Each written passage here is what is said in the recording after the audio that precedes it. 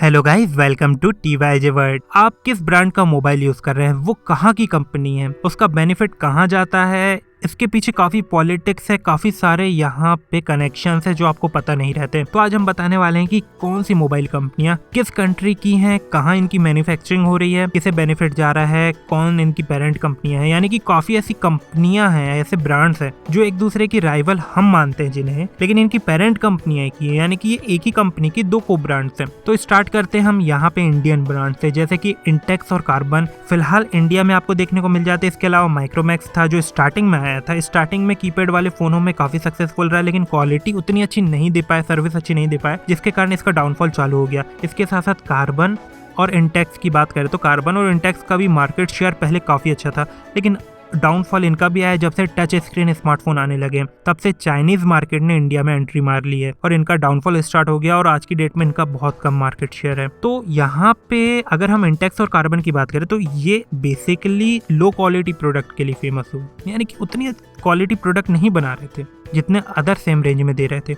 इसके साथ साथ अगर हम यहाँ पे अदर ब्रांड्स की बात करें, जैसे कि सैमसंग साउथ कोरिया की ब्रांड है जो मेड इन इंडिया के नाम से प्रोडक्ट बना रही है, खासतौर से मोबाइल बना रही है। इसके जो ज़्यादातर पार्ट्स है वो इंडिया में बनना स्टार्ट हो गए। बहुत बड़ा इसका यहाँ पे प्लांट ओपन हुआ है नोएडा के साइड, और इसमें पीसीबी से लेकर लगभग छोटे छोटे पार्ट बनना स्टार्ट हो गए हैं। और ये एक ऐसी ब्रांड है कंपैरिजन वाइज अदर ब्रांड के जिसमें आपको मेड इन इंडिया प्रोडक्ट देखने को मिल जाएंगे, यानी कि आप उसके अडॉप्टर में भी देखेंगे तो मेड इन इंडिया लिखा मिल जाएगा। तो फिलहाल सैमसंग इंडिया में काफी इन्वेस्ट कर रहा है। इसके साथ साथ अगर हम यहाँ पे अदर ब्रांड्स की बात करें, जैसे कि चाइनीज ब्रांड की जो प्योर चाइनीज ब्रांड है, जैसे Xiaomi हो गया जिसकी को ब्रांड Redmi MI है, पोको है, और Oppo, Vivo, Realme, IQ, OnePlus, Tecno, ये सब चाइनीज ब्रांड है, प्योर चाइनीज ब्रांड है।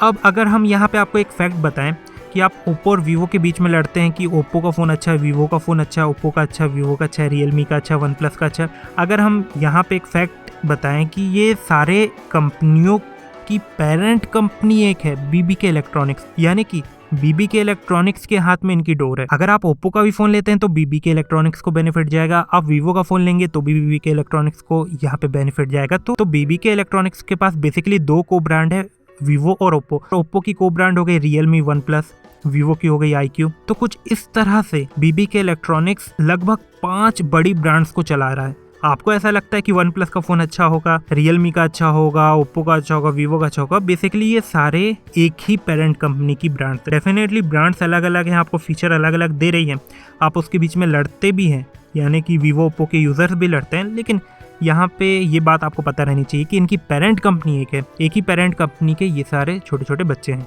इसके अलावा अगर हम यहाँ पे Xiaomi की बात करें तो Xiaomi इंडिया में लीडिंग मोबाइल कंपनी है, यानी कि इंडिया में टॉप में रहती है Xiaomi। उसके बाद हम बोल सकते हैं सैमसंग। Xiaomi के मोबाइल बहुत ज़्यादा बिकने का रीज़न है उसकी क्वालिटी, सर्विस, इसके साथ साथ उसके फीचर्स, कैमरा। तो यहाँ पे Xiaomi ने काफ़ी अच्छे प्रोडक्ट दिए हैं, लेकिन इसकी दो को ब्रांड है, एक Redmi और एक MI। Redmi 20,000 के नीचे फ़ोनों के लिए बनाई गई है और MI जो है वो ज़्यादातर प्रीमियम सेगमेंट के फ़ोनों के लिए बनाई गई है। लेकिन आजकल Redmi के भी फ़ोन आपको 30,000 प्लस देखने को मिल जाएंगे और MI के फ़ोन तो आपको फ्लैगशिप में देखने को मिल जाते हैं। इसके बाद अगर हम यहाँ बात करें अदर ब्रांड्स की, जैसे कि सोनी, एसूस, LG, तो यहाँ पे सोनी जापानीज ब्रांड है जिसकी मैन्युफैक्चरिंग बेसिकली चाइना में ही हो रही है, यानी मेड इन चाइना प्रोडक्ट ही आपको सोनी में देखने को मिलेंगे। और अगर हम एसूस की बात करें तो एसूस है ताइवान की ब्रांड जिसकी मैन्युफैक्चरिंग ताइवान में ही हो रही है। और एसूस जो फेमस हुई थी वो PC लैपटॉप के लिए, मदरबोर्ड के लिए फेमस हुई थी। इसके साथ साथ PC लैपटॉप या गेमिंग सीरीज के लैपटॉप्स या PC ये काफ़ी अच्छे बनाती है, डिस्प्ले अच्छी बनाती है, और इसके साथ साथ मोबाइल भी काफ़ी अच्छे बना रही है, लेकिन टेक्नोलॉजी में थोड़ा पीछे रह जाती है मोबाइल के।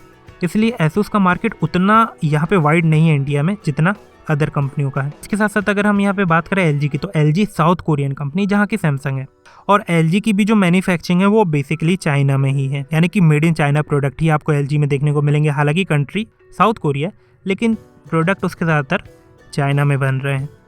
तो यहाँ पे कुछ इस तरह से इनकी मैन्युफैक्चरिंग चल रही है, लेकिन यहाँ पे और भी चीज़ें हैं जो आपको जानना बहुत ज़रूरी है, जैसे कि एप्पल US की ब्रांड है, सेम मोटोरोला US की ब्रांड है, लेकिन दोनों में के प्रोडक्ट में आपको मेड इन चाइना क्यों लिखा मिल जाता है। यानी अगर आप मोटोरोला का मोबाइल लेने वाले हैं या एप्पल का मोबाइल लेने वाले हैं, दोनों के प्रोडक्ट में मेड इन चाइना क्यों लिखा मिल जाता है। तो पहले बात अगर हम यहाँ मोटोरोला की करें तो मोटोरोला बेसिकली पहले 2014 के पहले तक यूएस की ही ब्रांड। पहले गूगल ने उसे ओवरटेक किया था, उसके बाद लेनोवो ने कर लिया। लेनोवो प्योर चाइनीज ब्रांड है जिसने मोटोरोला को ओवरटेक कर लिया है। हालांकि हेडक्वार्टर उसने यूएस ही रखा है, कंपनी को सेम रखा है, लेकिन उसका बेनिफिट लेनोवो को जाता है।